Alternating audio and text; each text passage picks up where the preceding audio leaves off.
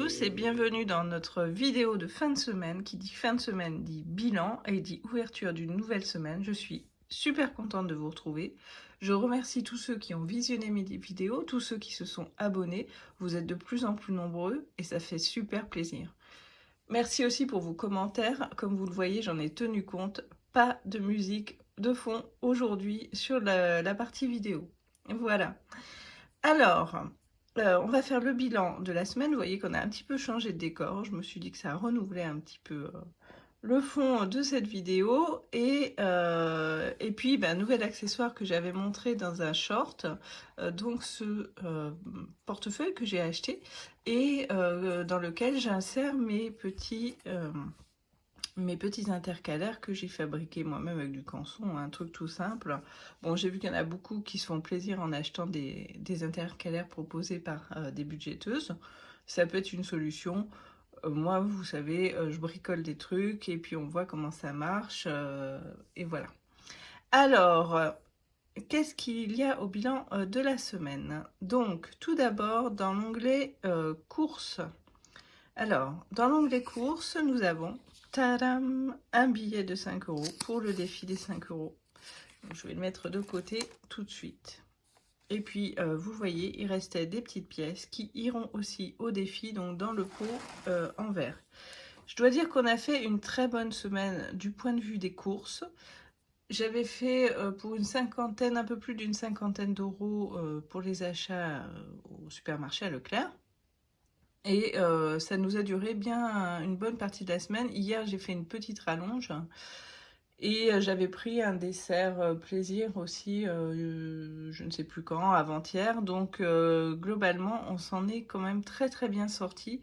Ça risque d'être différent cette semaine parce qu'il faut qu'on achète de la lessive, du dentifrice, enfin des choses comme ça qui finalement grèvent un petit peu le budget. Donc on va voir comment ça va se passer.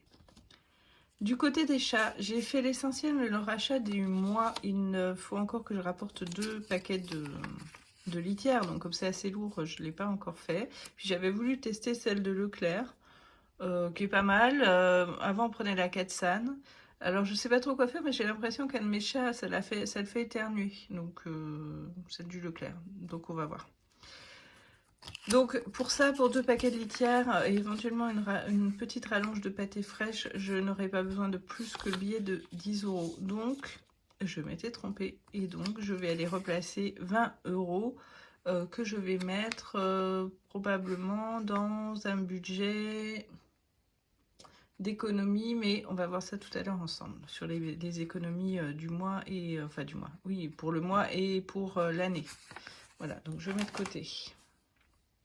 Ensuite, au perso, donc là, on est passé sur la partie des achats pour lequel je prévois un budget au mois. C'est pourquoi les intercalaires repartent sur le côté, parce que je les mets de l'autre côté de mon portefeuille. Je vous montrerai tout à l'heure quand je vais ranger tout ça. Donc au perso, j'avais 50 €. Pour acheter le portefeuille, eh bien, j'ai utilisé 20 €. Alors j'étais un petit peu fâchée parce que j'en avais repéré un aux Galeries Lafayette qui était en solde de super qualité. Et puis il n'avait plus Boulevard Haussmann. J'avoue que j'avais un petit peu la flemme de courir toutes les galeries de Paris. Donc j'ai trouvé chez Mango. Voilà, c'était le prix grosso modo, peut-être 1 € ou 2 € de plus de celui des galeries. Bon, là, on va voir au niveau de la qualité ce que ça va donner.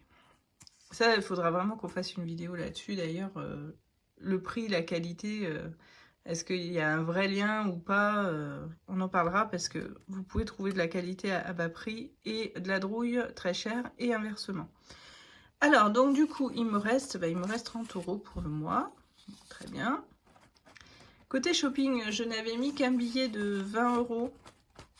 Le reste, donc il y avait 100 € pour le mois. Les 80 € sont dans le classeur marron. Donc on a utilisé 10 € et pour un livre pour ma fille, et on a utilisé 9 €, donc autant dire 10 € pour un cours de tennis dimanche. Donc ça, normalement, je dois le remettre sur le compte à la banque, puisque j'ai payé par carte bleue, ça se paye en ligne. Mais vous allez voir qu'il y a une petite subtilité. Alors je le mets de côté aussi, et puis on va faire la suite. Voilà, donc il est temps de passer maintenant au remplissage. Alors, j'ai pré-sorti les billets comme j'ai toujours qu'une main, vu que je n'ai toujours pas acheté de tripode, il faut que je m'en occupe absolument. Donc j'ai sorti 80 € pour la semaine de course, ce qui fait que nous aurons utilisé, si je ne me trompe pas, 160 € et qu'il nous en reste 240 ici. Pour les chats, donc, ils ont leurs 10 €. Il faut juste que je prenne mon courage à deux mains pour porter 2 sacs de litière. Voilà, on aime. Alors, du coup, je ne sais pas trop si je garderai la Leclerc ou si j'investirai un petit peu plus dans la Katsan. Bon, on verra. Alors, au perso, donc je laisse mes 30 € de reste, hein, puisque j'avais mis tout le budget du mois dans le perso pour le portefeuille.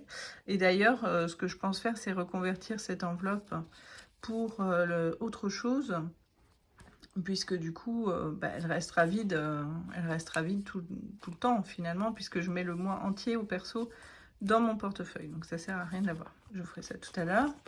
Et dans les achats d'hiver, je vais simplement donc j'ai simplement sorti un billet de 20, donc il en reste en principe 60 ici, pour l'avoir avec moi en cas d'achat, pas coup de cœur, mais d'achat quand on est sorti que nous n'avions pas planifié.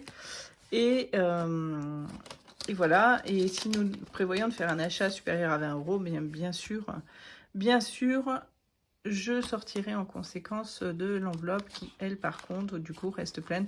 Ça évite d'avoir déjà trop d'argent sur soi, et d'autre part, de se dire, ah, allez, on y va, on se lâche. Bref, voilà. Voilà, et puis, il va falloir décider ce qu'on fait de ces 10 €, mais vous allez voir qu'on a une bonne mauvaise nouvelle, on va en parler. Je vous fais ça dans une troisième séquence. Le point sur la fameuse dette. Et puis, avant tout ça, on doit faire aussi le point sur les prélèvements qui ont été faits, puisque de ce côté-là aussi, il y a une petite chose dont je voulais vous parler. Il est temps de faire le point sur les prélèvements. Je vous ai fait ça au propre sur une feuille, sachant que moi je le fais dans mon carnet, que je tiens donc annuellement. Chaque année, je me fais des onglets pour faire les comptes là-dedans. Alors, du côté du loyer, je le fais par virement dès que mon salaire est arrivé. C'est fait, bien sûr. EDF, avec cette augmentation, on l'a mauvaise. EDF, 113 € pas encore. Le téléphone, pas encore. La RATP, pour moi, c'est fait. Pour ma fille, il n'y en a pas au mois d'août, car c'est seulement 10 mois sur 12 pour les scolaires. Le crédit, le premier crédit le plus important, c'est fait. L'autre aussi, le petit crédit que je voudrais débarrasser au plus vite, c'est fait. Le virement pour la MGEN, c'est fait. Les 2 salles de sport, c'est fait. Et les assurances et frais de tenue de compte, c'est fait aussi. D'ailleurs, j'avais oublié ça dans mon point la semaine dernière, je crois, sur les charges mensuelles. Donc, il reste à payer. Il reste à payer EDF, le téléphone, le four dont ce sera la dernière mensualité, et Netflix dont ce sera aussi la dernière mensualité, puisqu'après on va arrêter vu qu'on ne s'en sert pratiquement pas. Tout ça représente un total de 295,61 €, ce qui veut dire que, sachant qu'il reste 326,94 € sur le compte, et bien tout simplement, je m'étais trompée en déposant l'argent liquide sur le compte, et donc on a un bonus de 30 €. Et ça, c'est une super bonne nouvelle. Puis on a aussi 80 €, puisque j'ai ouvert un compte à la Société Générale qui m'a offert 80 € de bienvenue. Quatrième et dernière partie de cette vidéo, il est temps de parler des choses qui fâchent. À savoir cette énorme dette dont je vous ai parlé la semaine dernière. Donc pratiquement 15 000 € que je dois à l'URSSAF pour une activité qui a cessé en 2017. Et fort heureusement, je ne suis pas une gestionnaire d'entreprise. Ça, c'est ce que j'aurais appris en 2 essais. On n'en parle plus et je ne veux plus jamais en parler d'ailleurs. Alors, donc du coup, c'est 20 € résiduels des chats. Les 10 plus 10 € du tennis plus 30 € restants sur le compte. Je ne vais pas les remettre sur le compte puisque j'en ai trop laissé sur le compte. Donc ça fera 40 en tout, 60 €. Vont sûrement aller rejoindre un petit pécule de crédit que j'avais fort heureusement prévu à la fin du mois de juillet, quand j'ai reçu mon salaire, et qui ne m'empêchera pas de piocher dans l'épargne, et je vais vous dire pourquoi. Tout simplement parce que j'ai payé les frais d'huissier, soit 423,12 €, ça fait mal, pour pouvoir interrompre la procédure en cours mise en place par l'URSSAF et montrer ma bonne volonté, a dit la dame. Donc ça, c'est fait. J'ai eu la personne du contentieux de l'URSSAF au téléphone. Notons ils ont toujours été très agréables à l'URSSAF, très à l'écoute. Enfin, d'une manière générale, franchement, voilà, à chaque fois que j'ai eu affaire à eux, c'est des gens tout à fait humains, et ça, déjà, ça compte beaucoup. Donc, rappelons-nous que je dois pratiquement 15 000 € à l'URSSAF. J'ai sollicité un prêt auprès d'une banque dédiée aux fonctionnaires, BFM, pour ne pas la nommer, qui travaille en partenariat avec la Société Générale, d'où cette ouverture de compte à la Société Générale. Je dois dire que je suis tombée sur un conseiller tout à fait charmant. Et donc, le crédit, j'ai fait la demande de crédit en même temps. Pour eux, ça marche. Donc ça, c'est déjà plutôt une bonne nouvelle. Avec des remboursements qui n'atteindront pas tout à fait 200 € par mois. Voilà, donc j'en ai quand même pour un moment, hein. Ça contrecarre nettement nos projets immobiliers.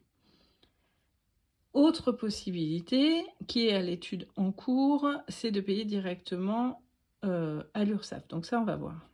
Petite lueur d'espoir dans mon marasme, il semble que j'ai été taxée d'office parce que mes déclarations n'étaient pas à jour. On ne sera pas étonné, j'étais vraiment la pire gestionnaire du monde, donc voilà.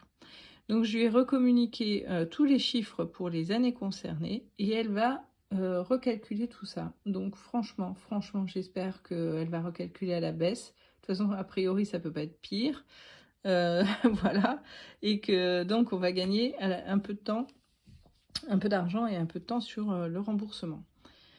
Voilà. Donc, il va falloir que je sorte de tout ça, les 423 € pour l'huissier. Donc ici, j'avais mis 100 €. Ici, donc, 30 plus 30, ça fera 160 €. Donc, de tête vite fait, il va falloir que je sorte 260 € de mes 350 € d'épargne. Bon. Eh ben, c'est comme ça, c'est la vie, mais au moins j'aurais plus les huissiers sur le dos et c'est déjà pas mal. Voilà, j'espère que cette vidéo vous a plu, qu'elle vous a informé. Si vous avez des commentaires, surtout, n'hésitez pas, vous remarquerez l'effort de montage et l'évolution. On va arriver sur un niveau vraiment professionnel. Voilà, et puis on se retrouve soit dans la semaine pour des petites capsules, soit samedi prochain pour le bilan de la 2e semaine du mois d'août. Salut à tous!